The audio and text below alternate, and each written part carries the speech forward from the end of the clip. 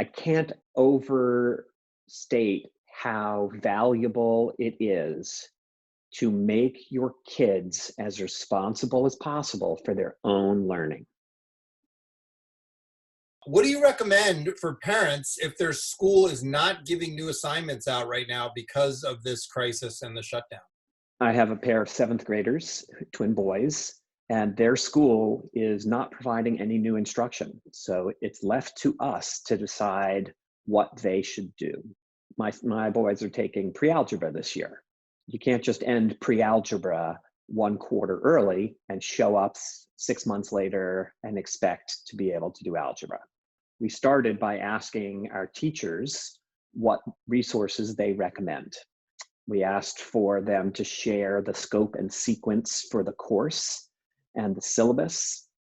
And then from there, we looked to math experts to put together a plan of what concepts we need to learn to make sure that the boys are ready for algebra. The Virginia Standards of Learning are posted online. They're very clear.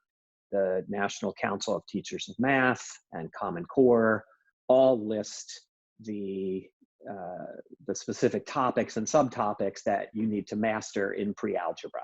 So I recommend that parents start by looking to their kids' schools and teachers for recommendations, assignments, and information about EdTech products that the school has already paid for.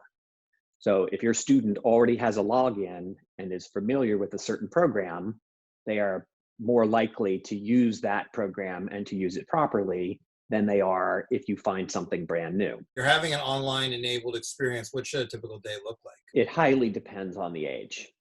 No first graders are going to be self-directed and spend an entire day engaged in learning activities by themselves. But as students get older, it becomes more important, effective, and powerful to give them as much agency as possible. Our kids being home from school now is a golden opportunity to let them discover what things in the world they find interesting and to set their own schedules. My kids know they can't have any screen time until they finish their schoolwork and their chores. But I tell them it's entirely up to them how they make their schedule for the day.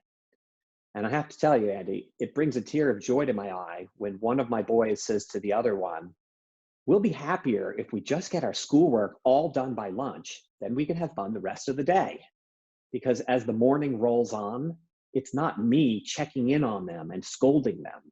It's them holding themselves and each other responsible. Kids are spending a lot of time in front of screens, but talk more about what in your own family, what are some non-screen time things that your kids are getting into and some enrichment that you're doing?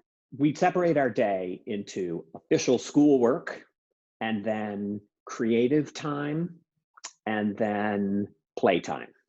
And during creative time, my boys built an elaborate train set from their childhood Thomas the Train, with tracks running through the kitchen and over the table and then over a chair and down around a spiral.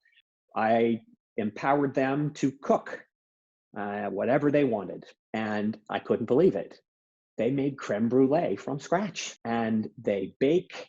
And when they bake, we use that as an opportunity to do math and to extrapolate on how to make recipes on larger numbers of servings. And we also talk a lot about current events. What's the impact of what we've experienced with this shutdown and what's going on going to be on the ed tech industry, on people's appetite for it, on quality, and on the sector and the business side of the sector itself? In the fall, schools are going to need to either delay all of the fall instruction while they teach what they missed in the spring, or they're going to have to try to operate at more than 100% efficiency. That is impossible without education technology that is properly selected, implemented, supported, and used. EdTech that can meet those criteria are likely to become indispensable and heavily used in schools throughout the country. Meanwhile, technology that is barely used and had previously been more for show than for actual use is at great risk. I mean, now more than ever, there is an urgency to ensure that distance learning materials that students consume are effective. So who needs to do what and when? The data that we have been collecting and analyzing suggests that more than 85% of the dollars spent on education technology goes to licenses that are barely used or never used. And this is mostly because people don't understand what is likely to work in their local context and how to implement and support it. So what we need are two things. The first is we need somebody to do real efficacy research on the products that get used the most. The other thing we need to do is we need to learn from each other. This is the work of the Jefferson Education Exchange and the University of Virginia Curry School of Education that are focused on collecting large amounts of data from huge numbers of educators nationwide who report specifically on which EdTech tools are in use in their classrooms. How did they get there? How are they performing? What's the training like? Interoperability, support, competing initiative, and everything else that we need to know so we can make better decisions about which technologies are likely to work for our own schools. Hey, Bart, this was Right. awesome. Thank you.